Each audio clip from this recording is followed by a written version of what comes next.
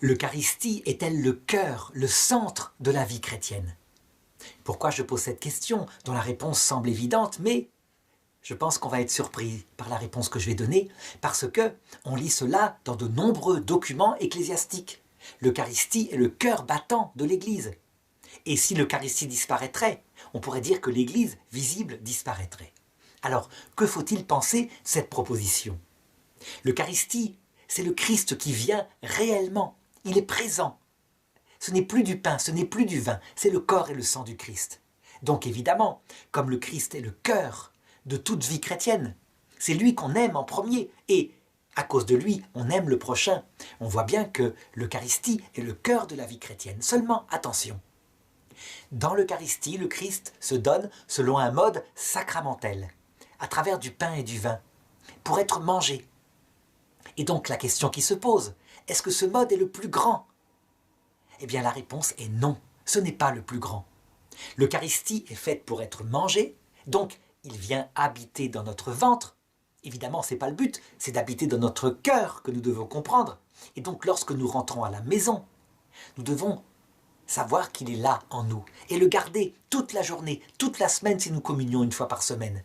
Donc le cœur, le centre de la vie chrétienne, c'est l'oraison du cœur, c'est la prière du cœur, disait Marthe Robin. Et si le Christ s'est fait Eucharistie, c'est afin que cette prière du cœur se développe, ce qu'on pourrait appeler la communion spirituelle, la présence réelle, directe du Christ dès qu'on le prie. Il est là, il vient dans notre cœur par son Esprit Saint. Donc en fait, qu'est-ce qu'il faut répondre finalement? Est-ce que l'Eucharistie est le centre et le cœur de la vie chrétienne? La réponse est oui, c'est le cœur et le centre de la vie chrétienne sous sa forme cultuelle, liturgique.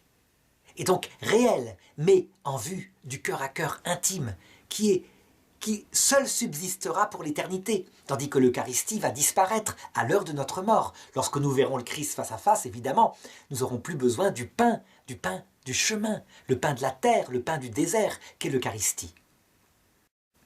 Cette considération change tout.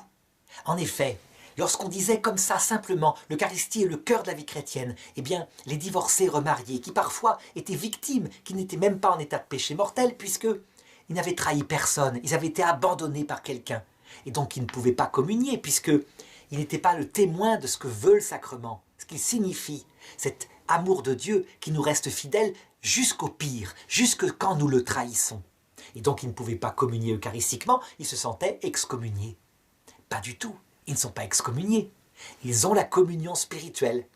Et s'ils obéissent à l'Église en n'allant pas communier sacramentellement, puisqu'ils ne peuvent pas, alors ils s'approchent comme cela, et le prêtre comprend. Il les bénit, parce que leur acte est un acte d'humilité, en disant « je ne peux pas, mais je comprends l'appel qu'avait le sacrement de mariage ». Alors, ils partent avec la communion spirituelle. S'ils sont humbles, le Seigneur vient dans leur cœur, véritablement habiter.